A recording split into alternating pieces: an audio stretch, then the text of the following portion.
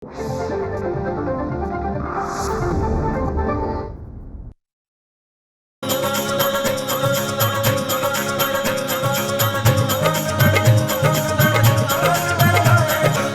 ग रंग किती, मनात ग तरंग किती, निश्चळ ग तू, निर्मल ग तू, कंचन ग तू, चंचल ग तू, गोड गोड ग तू परी, निलंबरातील तू परी, तू लाजरी तू बावरी, तू या धरेची ग परी,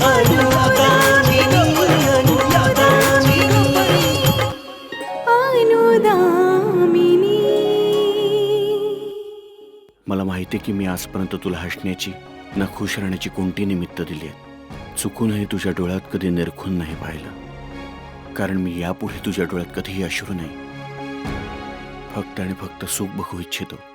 आता तुमची पत्नी फक्त हाऊसवाईफ नाहीये, वर्किंग वाईफ पण आहे.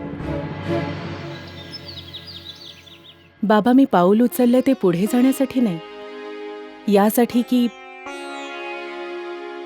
माझ्या नवऱ्याच्या बरोबरीने चालण्यासाठी. मला माहिती आहे बेटा, मी हे जग आणि घर संसार तुझ्यापेक्षा जास्त बघितलेत, आणि मी नेहमी हेच बघितलंय की आपल्या प्रगतीमध्ये आपलेच लोक आडवे येतात. माझी परमेश्वराला हीच प्रार्थना आहे की तुझ्या आणि देव सोबत कधीही हे होऊ नये. तुम्ही दोघं नेहमी एकमेकांची हिंमत आणि विश्वास बनून राहावं. सगळं असंच होईल बाबा, तुम्ही अगदी काळजी करू नका. चलायचं? येतो. हो.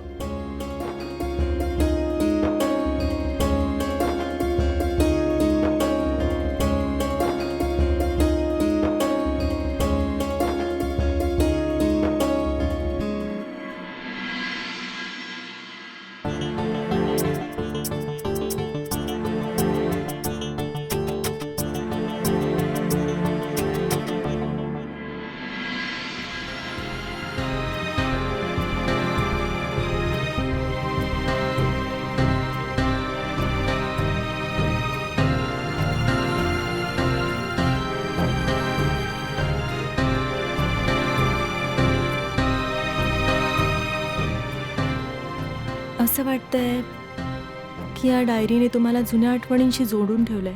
काही आठवणी विसरता येत नाहीत.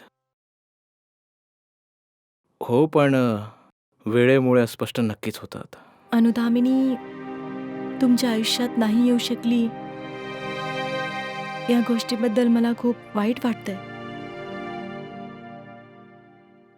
बहुतेक तुम्ही तिच्यासाठी चांगला माणूस ठरले असतात.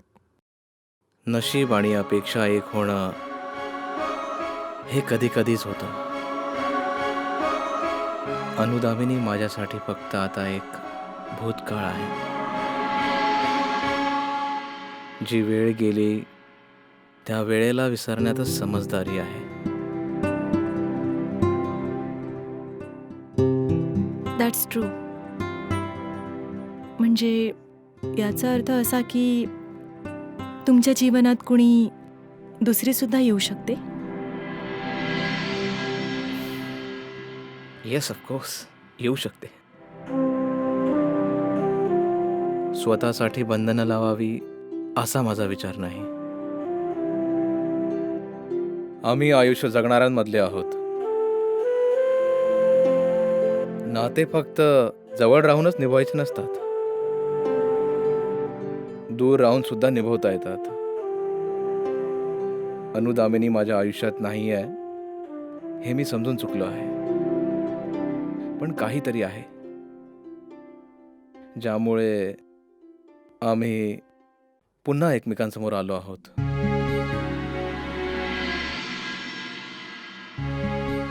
अनुदामिनीच्या सर्वात कठीण काळात तुमची साथ होती तिला. यु नो, आज ती एक खूप कॉन्फिडंट व्यक्ती बनली आहे आणि ती जीवनाकडेही खूप कॉन्फिडंटली बघायला लागली आहे. आणि हे सगळं तुमच्याचमुळे झालं. कळत नकळत का होईना तुम्हीच तिची सर्वात जास्त मदत केली आहे. मला या गोष्टीचा आनंद आहे. पण खरं तर हे आहे की हा आनंद मला तुमच्यामुळे मिळाला आहे. माझ्या लाईफमध्ये चांगल्या गोष्टी खूप कमी होतात, पण तुम्हाला भेटले हा खूप चांगला एक्सपिरियन्स होता. मी तुम्हाला एक पर्सनल क्वेश्चन विचारू शकते? ऑफकोर्स, विचारा.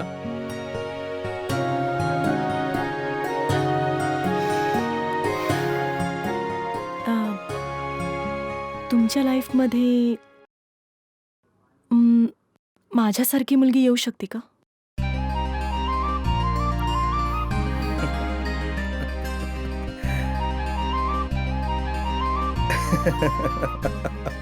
अरे तुम्ही हसून माझं म्हणणं टाळू शकत नाही हा. तुम्हाला उत्तर द्यावं लागेल, आणि तेही ऑनेस्टली.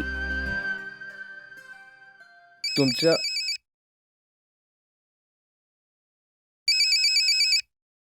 तुमच्या प्रश्नाचं उत्तर तेवढंच महत्वाचं आहे जेवढा हा कॉल महत्वाचा आहे.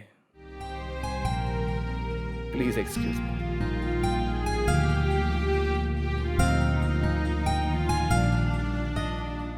हां,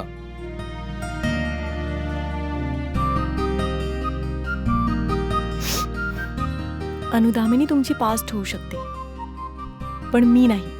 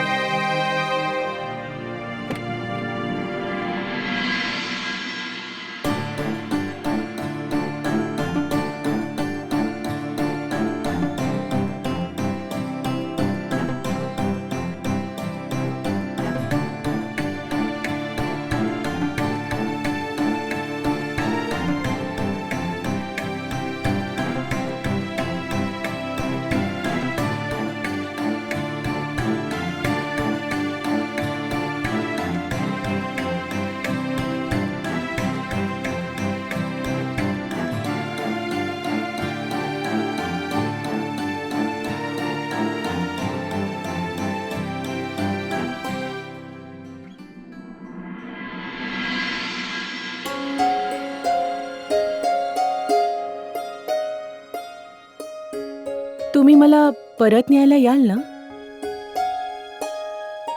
हो.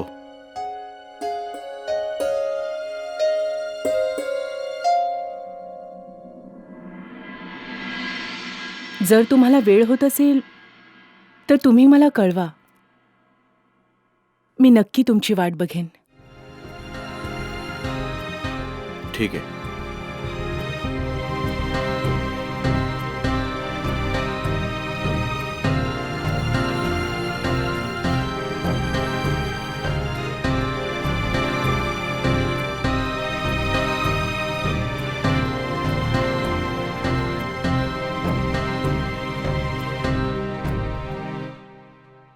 बहुतेक यांना माझं कामावर येणं आवडत नाही असं वाटतंय.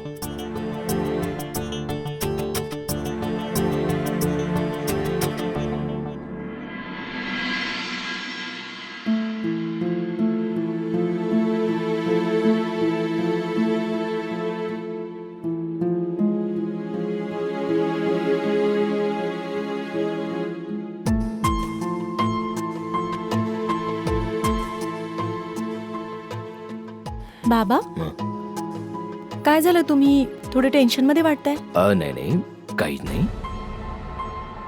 नाही बाबा, काहीतरी नक्कीच आहे. ते काय ना, मला असं वाटतं की देवला अनुतामिनीचं कामावर जाणं आवडत नाहीये. मला काही कळलं नाही. बेटा, गोष्ट अशी आहे की एक पती आपल्या पत्नीच्या वाढलेल्या ज्ञानाने थोडासा विचलित होतो. आता देव पण अनुतामिनीकडून तीच अपेक्षा करतोय जो कुठलाही एक सामान्य पती आपल्या पत्नीकडून करतो. नाही बाबा, भाऊजी असा विचार नाही करू शकत. मला वाटतं काहीतरी दुसरं कारण असेल. आणि मला माफ करा, असंही असेल की हा तुमचा भ्रम असेल. देव करो बेटा, आणि हा माझा भ्रमच असावा.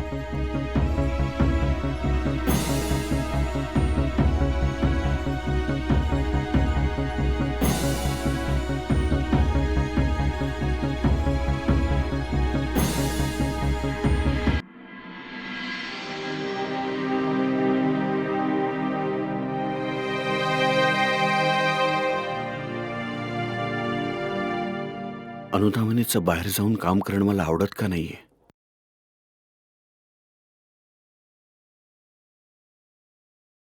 काय मी ओव्हर पॉसेसिव्ह? मी ओव्हर पॉसेसिव्ह होतोय? की मला वाटतंय की अनुधामिनी हाऊसवाईफ बनून राहावी जशी ती पहिली राहायची आणि कोणतंच काम नाही करायचं? पण मी असा विचार कसा करू शकतो? कारण की मी नेहमीच या गोष्टीवर विश्वास ठेवलाय की स्त्रियांना आपलं जीवन इंडिपेंडंट जगण्याचा पूर्ण हक्क आहे, यशस्वी होण्याचा पूर्ण हक्क आहे. त्यांना आपलं जीवन जगण्याची पूर्ण संधी मिळाली पाहिजे.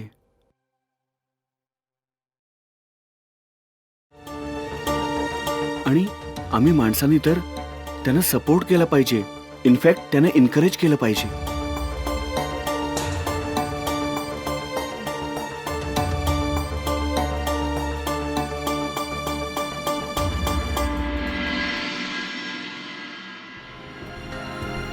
मी इतका कन्झर्वेटिव्ह कसा होऊ शकतो की मी अनुदामिनीकडून हे एक्सेप्ट करू ती हाऊसवाईफ बनून घरी बसून राहावी आणि सगळ्या घराला सांभाळा? अरे तिने तर ते सगळं केलं पाहिजे जे तिला करण्याची इच्छा आहे. मी तिला थांबवणार कोण असू शकतो? मी अनुदामिनीला याबद्दल कधीच काही नाही विचारणार, कधीच नाही. आण काजल, मिठाई माझ्याकडे दे. अनुदामिनी, आज सगळ्यात आधी आमच्या सर्वांकडून तू तोंडगोड कर. तुझं वैवाहिक जीवन ट्रॅकवर आलंय आज. आता यापुढे ही सगळं ठीक होईल. डोंट वरी. अगं बाई, तू पण मिठाई खाऊन घे, म्हणजे तुझं मनही गोड होईल. आणि काही नाही झालं तर काही तासांसाठी तू कडू तर बोलणार नाहीस. हे घ्या, करुणाची बरोबर सांगत्यात. बिलकुल नाही. तुमची शुगर वाढलीये ना? काजल यांना नको देऊस, बाकी सगळ्यांना वाढ. बघितलं, मी म्हटलं होतं ना, सगळे माझ्या जीवाचे दुश्मन आहेत. हे सर्वजण मी जे त्यांच्याशी कटू बोलते ना, त्याचा सगळा बदला घेतात माझ्याशी. मिठाला गोड खाऊ घालायला बघतायत. अनुदामिनी, बस बाळा. हे बघ, आज मी तुला एक कटू सत्य सांगणार आहे.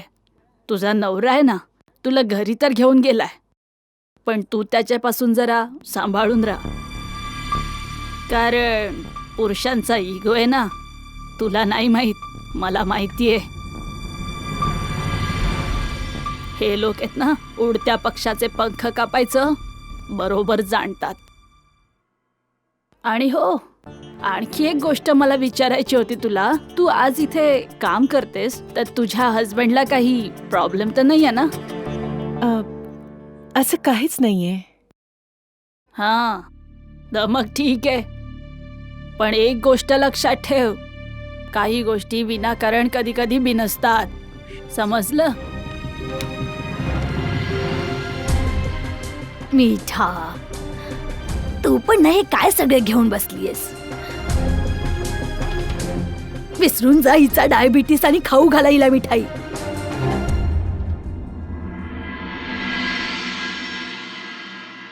अगं नको नको काजल.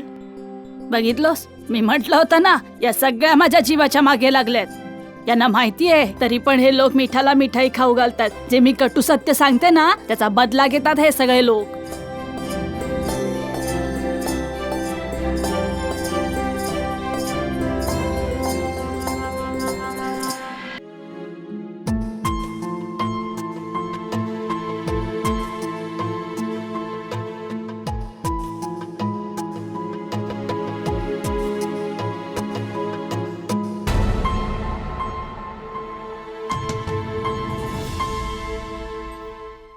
सर, तुम्ही नॅन्सीला प्रोजेक्टमधून काढून टाकलं ते खूपच चांगलं केलं. ती अगदी याच लायकीची होती. आता तिची हिंमत बघा सर. तिने काल लंच नंतर सगळ्या स्टाफला मिठाई खायला दिली. We will have to be careful sir. तिचे विचार खूपच धोकादायक आहेत. आपल्याला तिच्यापासून सांभाळून राहावं लागेल.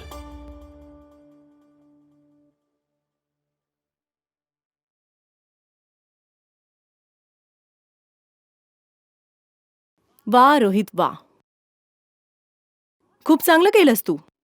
देवला माझ्या विरुद्ध भडकवून तू मला कुठून कुठे आणून ठेवलंस ना. मुलींचं हृदय इतकं सुद्धा कठोर नसतं रोहित, जितकं तू समजतोयस. आणि देवसाठी या गोष्टीचा तर मी स्वप्नात सुद्धा विचार नाही करू शकत.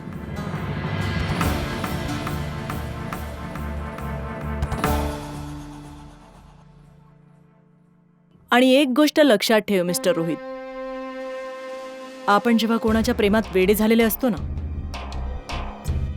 तेव्हा आपण गुन्हेगार नसतो. त्या व्यक्तीसाठी आपण चुकीचा विचार नाही करू शकत कधीच. मी मरून जाईन जर मी देवसाठी असा काही विचार केला तर. बाय द वे देव, तुझी अनुदामिनी परत आली आहे ना? कंग्रॅच्युलेशन्स देव.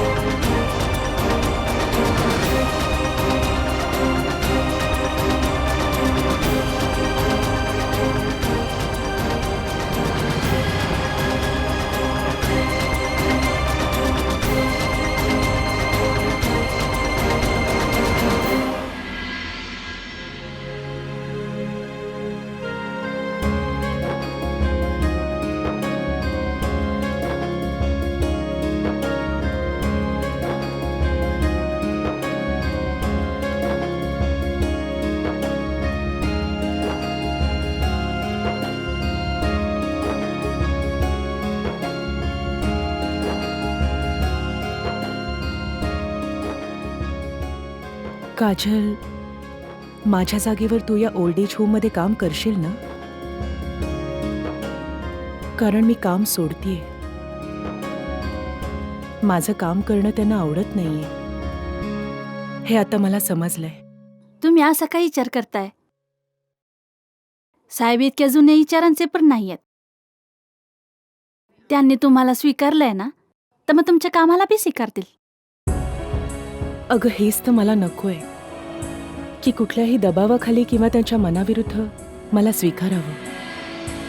माझं इथे आल्याने त्यांचं मन खट्टू होतं, म्हणून मला नाही काम करायचं. मी आता विचार केलाय की मी हे काम सोडणार आहे. अनुदामिनी, जर तू असं काही करशील तर तुझ्या जीवनातील ही सगळ्यात मोठी चूक असेल.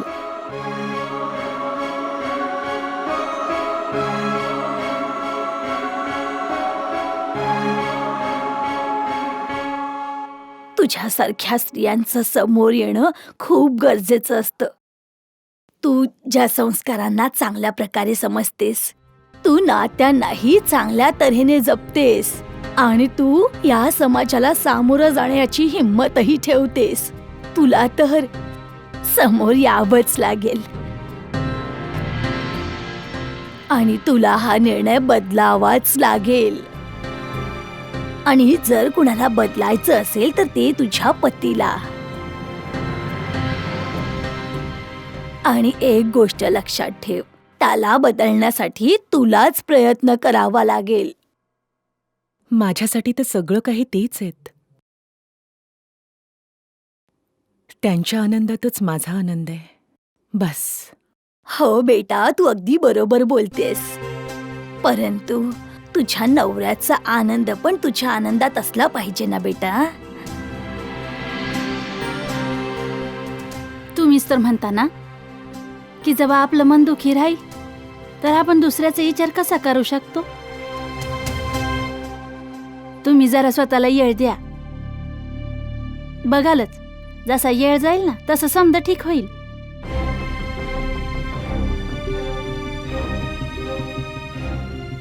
ठीक आहे,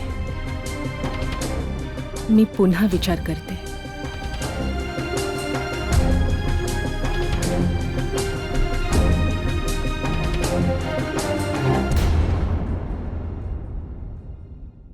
ही डायरी बघून आणि वाचून मला विश्वास झाला आहे की ते लेटर अनुदामिनीचंच आहे.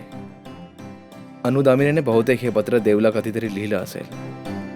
माहीत नाही पण हे कसं काय माझ्यापर्यंत पोहोचलं. म्हणजे तुमच्या मते ह्यामागे सुद्धा काहीतरी कारण असावं. काही कारण तर नक्कीच असेल, नाहीतर हे लेटर माझ्यापर्यंत का पोहोचलं असतं.